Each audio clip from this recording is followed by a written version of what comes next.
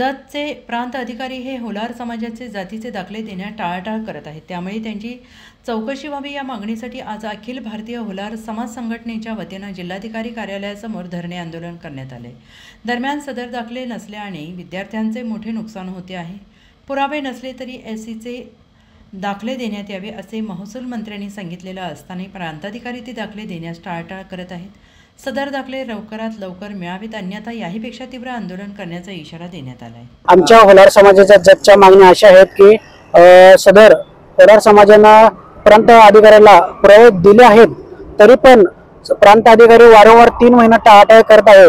तर या टाळाटाळीमुळे आमच्या विद्यार्थ्यांचे खूप नुकसान होत आहे। ह्याला जबाबदार कोण?